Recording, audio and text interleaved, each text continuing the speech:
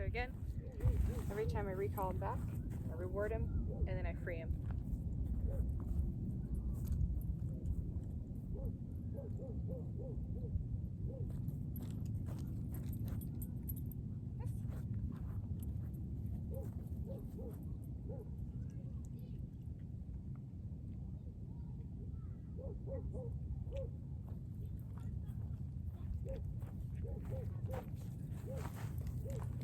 I'm not stingy with the rewards. So to give you a comparison, engagement, sit, duration, that sort of stuff, the dog gets 1 or 2 kibbles. With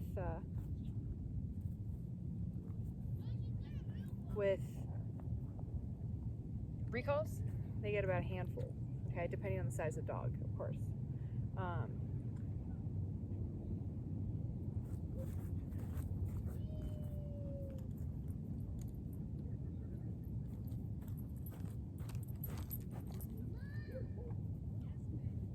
And that's your here. So instead of just walking, we're doing recalls as exercise. Not only does this so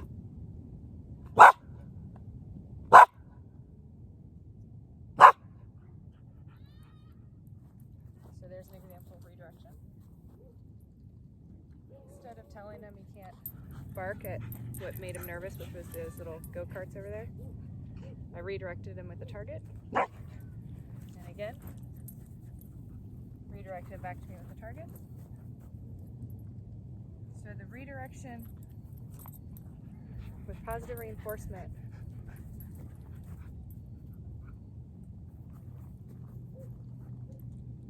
it's a combination of redirection, telling the dog what I'd rather him do instead of just saying no, and then also counter conditioning.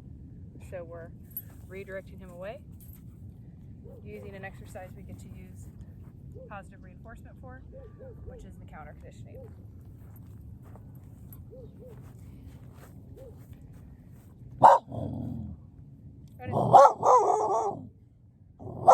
So situations like this, he's not giving me engagement.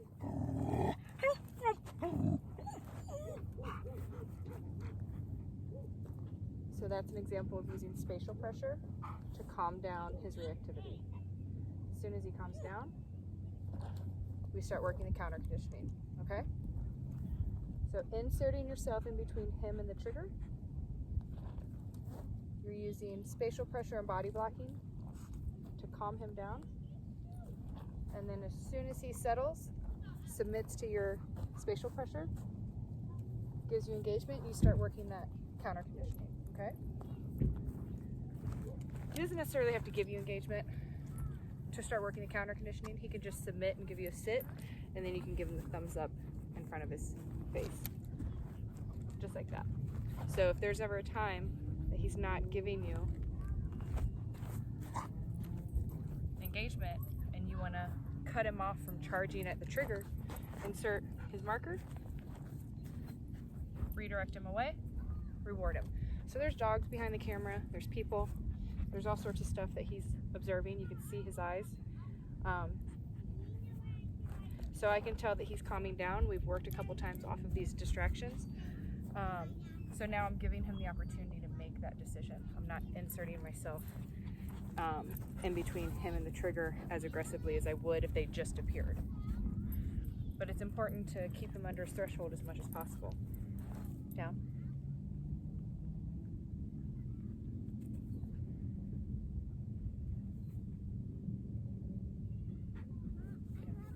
And so we were doing recalls. That gets the dogs excited. Then we had a bunch of triggers appear. That got him overstimulated. I worked him off of everything, desensitized him to it, to where then he was calm enough that now I can put him in a settling position. If the triggers are too close, pushing the dog beyond their threshold, I'm not going to do a settling position. I'm not going to have him lay here while a trigger walks by 6 feet away from us. I'm going to get him out of that scenario. But right now, all the triggers are going away from his breath rate is slowing down. He's giving me engagement. But to help him calm down even more, because his head's still on a swivel, I'm putting him in a settling cue. but we're in a safe place. Nobody's approaching us. If a trigger was coming near us, we would move away from it, okay? And knowing what trumps different behaviors is important.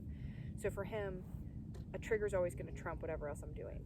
So if I have him working a downstay and a trigger starts approaching, I'm going to abort the downstay and just mark that trigger. So there's a trigger over there. Yes, I'm marking it. I'd rather mark that trigger than have him practice that downstay because I want to get rid of his reactivity. That's always the most important thing. Sometimes, when you're working in an uncontrolled environment, you've got to roll with the punches. Target. Yes. Those are the moments where I question whether or not he's deaf. Specifically the moments that I forget to wait for engagement and ask for a behavior and he gives it to me. Target. Yes. And so now I'm just getting his attention back on some constructive exercises. Calm him down. Get him to stop focusing on everything around us. Good. And I'm not going to free him from this until I have engagement out of him. Yes.